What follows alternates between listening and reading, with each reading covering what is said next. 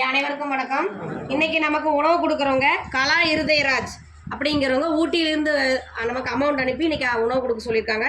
எதுக்காகன்னு கேட்டிங்கன்னா, அவங்க அப்பா ஆண்டனி குரூஸ் அவங்க இறந்து 2ஆம் ஆண்டு நினைவு தினம். திரு ஆண்டனி குரூஸ் அவர்களுடைய ஆன்மா சாந்தி அடைய நமது பாச மரக்கட்டளை பாசமுதிர்லம் சார்பாக இறைவன்கிட்ட ஒரு பிரார்த்தனை வச்சுக்கலாம்.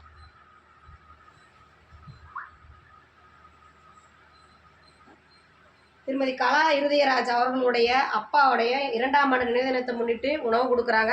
அது மட்டும் இல்லாமல் அவங்க பொண்ணு ஆணி இருதயராஜ் அப்படிங்கிறவங்க நாளன்னைக்கு ஒரு பரீட்சை எழுத போகிறாங்க. அந்த பரீட்சையில் வெற்றி பெறணும்னு வேண்டிக்கு சொன்னாங்க.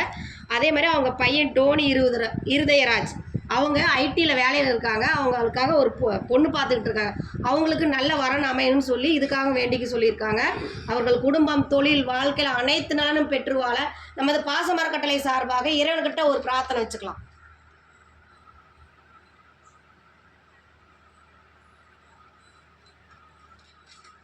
திரு ஆண்டனி குரூஸ் அவர்களுடைய ஆன்மா சாந்தி அடையும். கலா இருதயராஜ், ஆணி இருதயராஜ், டோனி இருதயராஜ் இவங்களுடைய அனைத்து கோரிக்கைகளும் நிறைவேற நமது பாசமரக்கட்டளை பாசமுதிர்லம் சார்பாக இறைவன்கிட்ட பிரார்த்தனை வச்சுருக்கிறோம். அவங்க கோரிக்கையெல்லாம் பழிக்கட்டும். இந்த நேரத்தில் அவங்களுக்கு நாம் ஒரு கோரிக்கை வைக்க போகிறோம். என்னன்னு கேட்டிங்கன்னா, இந்த பாசமரக்கட்டளை பாசமுதிர்லம் ஆரம்பித்து 2 வருடங்களை கடந்து 3ஆவது வருடத்தை நோக்கி போயிட்டுருக்கோம். இங்கே 35க்கும் மேற்பட்ட நபர்கள் இருக்கிறாங்க. இங்கே நிறைய அட்மிஷன் வராங்கம்மா. இங்கே இட வசதி இல்லாதனால நாம் இப்போதைக்கு அட்மிஷன் எடுக்க முடியாமல் இருக்கோம்.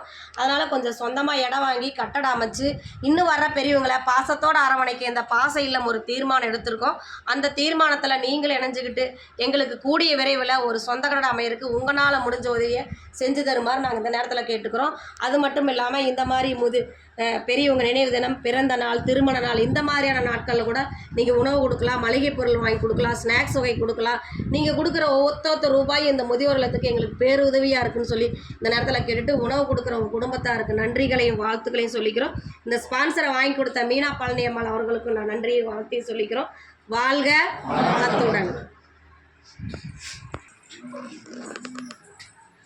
ஏம்மா ராஜமணி யாரும் போவே மாட்டீங்களா?